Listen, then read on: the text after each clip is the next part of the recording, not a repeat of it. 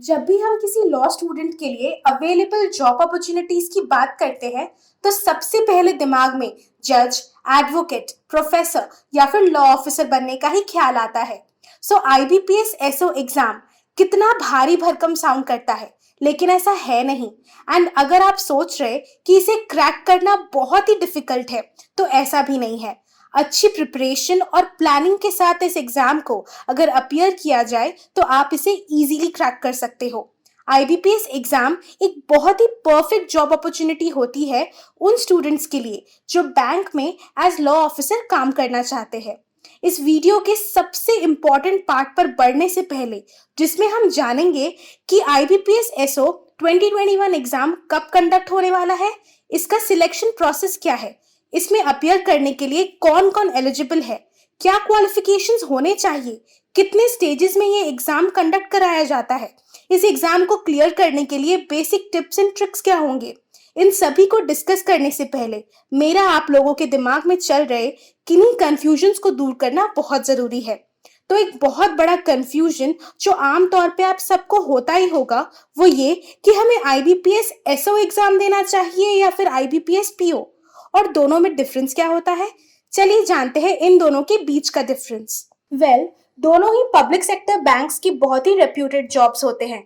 एक बैंक का PO probationary officer होता है, एंड इन्हें प्रोबेशनरी ऑफिसर इसलिए कहते हैं क्योंकि पहले के 2 साल ये ट्रायल बेसिस पे काम करते हैं, जहां इन्हें हर एस्पेक्ट में इवैल्यूएट किया जाता है।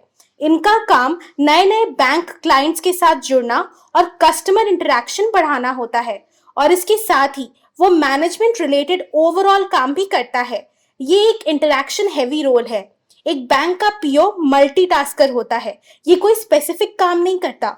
पीओ की पोस्ट किसी भी बैंकिंग ऑफिसर की स्टार्टिंग लेवल अपॉइंटमेंट होती है। वही एक एसओ या स्पेशलाइज्ड ऑफिसर सिर्फ बैंक के अलग अलग रिप्रेजेंटेटिव के साथ डील करते हैं, ना कि नए क्लाइंट से।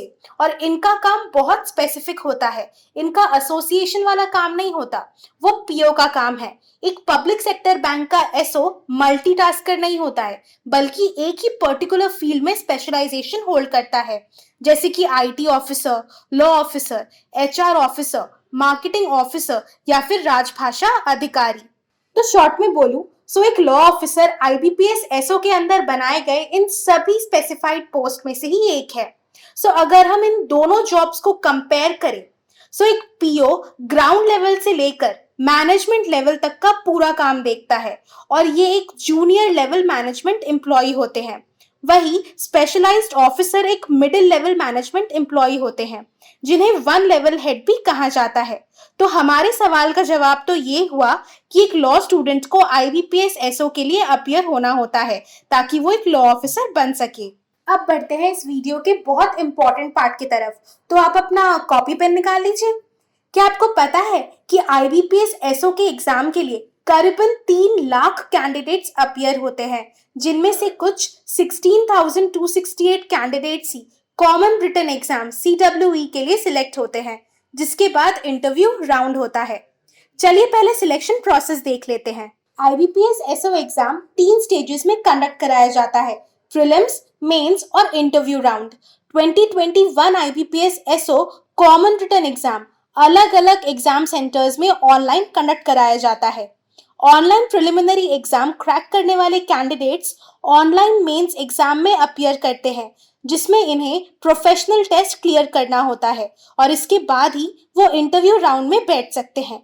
अल्टीमेटली फाइनल रिजल्ट निकाला जाता है आईबीपीएस मेंस और इंटरव्यू राउंड में उनके परफॉर्मेंस को देखते हुए।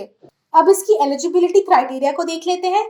पहला, अपियरिंग कैंडिडेट इंडियन सिटीजन होना चाहिए, बट इसके कुछ एक्सेप्शंस भी है, जैसे कि अगर आप नेपाल, भूटान से हो या फिर तिब्बत के रेफ्यूजी हो जो इंडिया में 1 जनवरी 1962 के पहले ही परमानेंटली सेटल होने के इंटेंशन से इंडिया में बस गए हो, सो आप ये एग्जाम देने के लिए एलिजिबल माने जाओगे।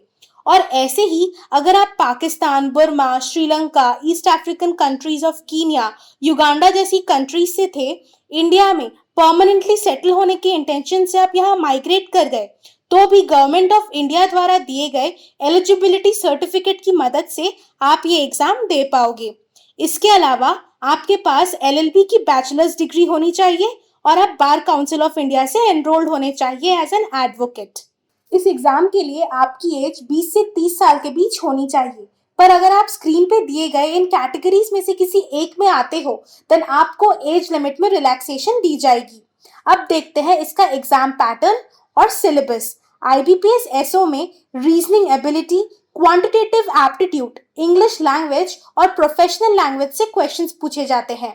IBPS SO law officer exam का पैटर्न भी कुछ इस तरह है। इंग्लिश से 50 क्वेश्चंस आते हैं मैक्सिमम 25 मार्क्स के, रीजनिंग से 50 क्वेश्चंस आते हैं मैक्सिमम 50 मार्क्स के, और प्रोफेशनल नॉलेज जिसमें बैंकिंग लॉज एंड रेगुलेशन से 50 क्वेश्चंस पूछे जाते हैं मैक्सिमम 50 मार्क्स के, यानी टोटल हुआ 125 मार्क्स मैक्स फॉर 150 क्वेश्चंस। और इस प्रीलिम्स एग्जाम का ड्यूरेशन होता है 120 मिनट्स। अब IBPS मेंस एग्जाम में सिर्फ प्रोफेशनल नॉलेज से 60 क्वेश्चंस पूछे जाते हैं 60 मार्क्स के, और इसका ड्यूरेशन होता है 45 मिनट्स। अब IBPS SO एग्जाम का कट ऑफ देख लेते हैं। इंग्लिश का कट ऑफ जनरल वालों के लिए 8 मार्क्स है और बाकी कैटेगरीज के लिए 6.75। रीजनिंग का कट ऑफ जनरल वालों के लिए 11.25 है और बाकियों के लिए 8.75। क्वांटिटेटिव एप्टीट्यूड का कट ऑफ जनरल वालों के लिए 9.50 है और बाकियों के लिए 7.50। अब IBPS SO एग्जाम 2021 की टेंटेटिव एग्जाम डेट को भी देख लेते हैं। IBPS SO प्रीलिम्स कंडक्ट होने की टेंटेटिव डेट है 18 to 26 दिसंबर 2021 के बीच। वही IBPS मेंस होंगे 30 जनवरी 2022 को। अब बढ़ते हैं एक और बहुत इंपॉर्टेंट पार्ट की तरफ, जो कि है ट्रिक्स के बारे में। ओके, तो सबसे ज्यादा ध्यान आपको प्रोफेशनल नॉलेज और रीजनिंग टेस्ट पे देना है, फॉलोड बाय जनरल अवेयरनेस और उसके बाद इंग्लिश, क्योंकि इन दो सब्जेक्ट्स का वेटेज सबसे ज्यादा है। Reasoning section logical questions, facts, conclusions और जजमेंट तो कवर करेगा ही।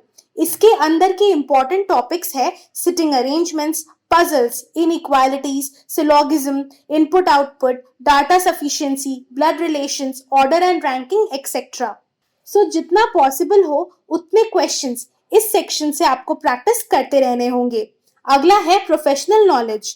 सो प्रोफेशनल नॉलेज से सबसे ज्यादा क्वेश्चंस आते हैं, तो आपको RBI act, banking regulations, compliance and legal aspects, relevant law and others related to negotiable instruments, securities, foreign exchange, prevention of money laundering, limitation act, consumer protection act, SARFAESI, banking ombudsman scheme, इन सब से जुड़े subjects के touch में रहना होगा। इन subjects को अच्छे से पढ़ने के लिए आप अपने ग्रेजुएशन की बुक्स को रेफर कर सकते हो। नेक्स्ट, इंग्लिश लैंग्वेज इंप्रूव करने के लिए आप daily news articles, journals, magazines और इंग्लिश न्यूज़पेपर्स जैसे कि टाइम्स ऑफ इंडिया या क्रॉनिकल को पढ़ सकते हैं। और इस सेक्शन से cloze test, reading comprehension, spotting errors, sentence improvement, sentence correction, para jumbles, fill in the blanks, para sentence completion पे बेस्ड जितने हो सके उतने क्वेश्चंस आपको अटेम्प्ट करते रहने हैं। अब जनरल अवेयरनेस का आपको तो पता ही है, इसमें मेजर करंट अफेयर टॉपिक्स पूछे जाते हैं जैसे कि legal updates, GK updates, important awards, books and authors, appointments, days etcetera. In topics को इजी फॉर्मेट में पढ़ने के लिए आप हमारे करंट अफेयर्स के कोर्स को भी एनरोल कर सकते हो।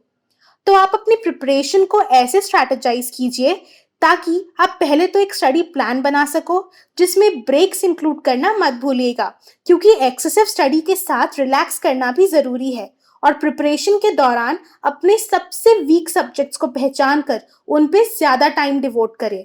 तो हर सब्जेक्ट पे क्वेश्चंस प्रैक्टिस करने के बाद प्रीवियस ईयर के क्वेश्चन पेपर्स को सॉल्व करना मत भूलिएगा। और इसके साथ ही सभी इंपॉर्टेंट टॉपिक्स या ट्रिक्स के पॉइंटर्स भी आप बना सकते हो जो एग्जाम से पहले रिवीजन करने में आपकी हेल्प करेगा। अब इन सभी ट्रिक्स को फॉलो करते हुए आप अगर लॉ ऑफिसर के पोस्ट के लिए सिलेक्ट हो जाते हो तो आपका एज लॉ ऑफिसर क्या रोल होगा? आपको IBPS SO से जुड़ी सारी इंफॉर्मेशन तो मिल गई, पर IBPS SO एग्जाम को क्लियर करने के बाद एक लॉ ऑफिसर को सबसे पहले तो ये देखना होता है कि उसका बैंक RBI के रूल्स और रेगुलेशंस को केयरफुली फॉलो करता है या फिर नहीं। लॉ ऑफिसर बैंक के लिए सभी लीगल डॉक्यूमेंट्स को ड्राफ्ट करते हैं। वो बैंक को गाइड करते हैं कि आपको RBI notifications, banking regulation act, FEMA, contract act जैसे सब्जेक्ट्स के प्रोविजंस के हिसाब से काम करना है। तो एज अ लॉ ऑफिसर आपको अपने फील्ड से जुड़े इन सभी चीजों का इंस्पेक्शन करना होगा। तो ये तो हो गया आईबीपीएस एसओ एग्जाम के बारे में। अगर आप भी इस एग्जाम को देने के लिए इंटरेस्टेड हो तो हमें कमेंट करके जरूर बताइएगा। मैं उम्मीद करती हूँ कि आपको हमारा आज का ये वीडियो पसंद आया हो। ऐसे ही और भी कई इंपॉर्टेंट अपडेट्स पाते रहने के लिए हमारे चैनल को सब्सक्राइब करना मत भूलिएगा। Thank you, bye bye.